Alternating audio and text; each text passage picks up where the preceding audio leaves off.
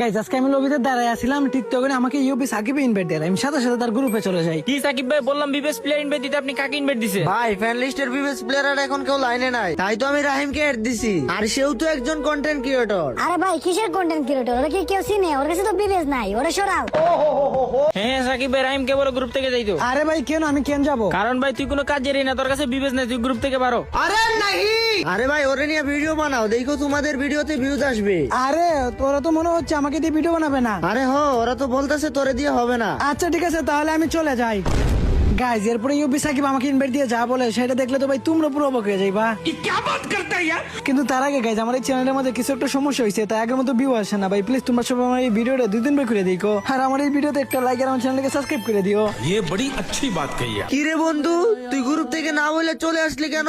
আরে বন্ধু ওরা তো বলছে আমাকে দিয়ে হবে না, আর আমার কাছে বিবেচনা নাই। আরে ওরা তোর অপমান করবে, আর আমি ওদেরকে নিয়ে ভিডিও বানাবো।